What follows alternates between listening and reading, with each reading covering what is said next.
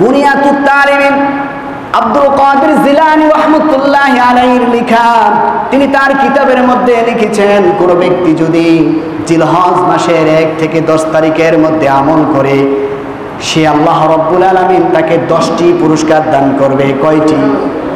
জোরে বলেন কয়টি? এই 10টি পুরস্কার আল্লাহ রাব্বুল আলামিন তার বান্দাকে দান করবে।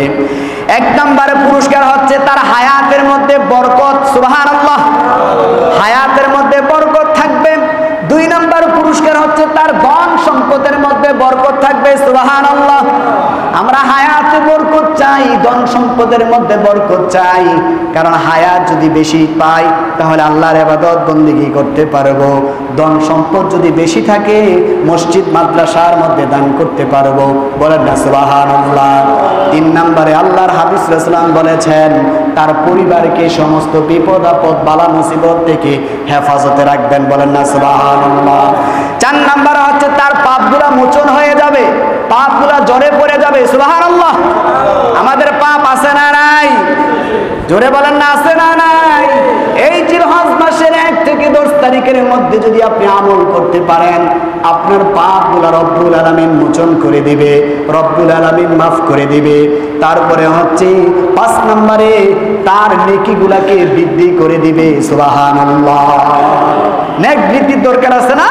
নেক বৃদ্ধি করে দিব। 6 নম্বরে আল্লাহর হাবিব বলেন তার মৃত্যুর যন্ত্রণা সহজ হবে। সুবহানাল্লাহ। মৃত্যুর যন্ত্রণা কি হবে? সহজ হয়ে যাবে। দুনিয়ার মধ্যে যা কিছু করেছি সর্বশেষ ঠিকানা যেই আজরাইল আমাদের কাছে চলে আসবে, ওই আজরাইল আসার পরে আমার মৃত্যুর যন্ত্রণাটা যদি বেশি হয়ে যায়, তখনই আমার বুঝতে হবে আমার অবস্থা টাইট, আমার অবস্থা খারাপ। আমি প্রথম মঞ্জিল কবরের মধ্যেও শান্তি পাবো না, কোথাও শান্তি পাবো না। আর যদি আজরাইল যদি আমার রূহটা কবজ করার সময় যদি আরামভাবে আমার রূহটাকে বাইর করে, তখন বুঝতে হবে আমার জন্য রব্বুল আলামিনের কাছে কল্যাণ রয়েছে। বলেন না সুবহানাল্লাহ। এই 10 দিন যদি আপনি আমল করেন তাহলে আপনার মৃত্যুর যন্ত্রণাকে রব্বুল আলামিন কমিয়ে দিব। বলেন না সুবহানাল্লাহ। 7 নম্বর পুরস্কার হচ্ছে গুনাহ কাজ করতে করতে আপনার অন্তরটা কালো হয়ে গেছে, অন্ধকার হয়ে গেছে, এই অন্ধকারটাকে আলো করে দিবে রব্বুল আলামিন। সুবহানাল্লাহ।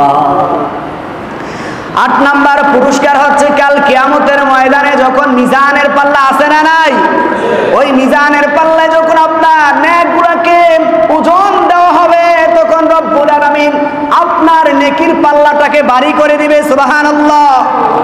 9 নম্বর পুরস্কার হচ্ছে জাহান্নাম থেকে তাকে মুক্তি করা হবে। সুবহানাল্লাহ।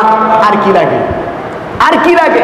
আমার দুনিয়াতে আমি হায়াত পাইতেছি, রিজিক পাইতেছি, কবরের আযাব থেকে মুক্তি পাইতেছি, মৃত্যুর যন্ত্রণা থেকে মুক্তি পাইতেছি, তারপরে আমার নেকি পাল্লাকে ভারী করে দিচ্ছে, আবার জাহান্নামের আগুন থেকে মুক্তি করে দিচ্ছে এই 10 দিন আমল করলে। বলেন না সুবহানাল্লাহ।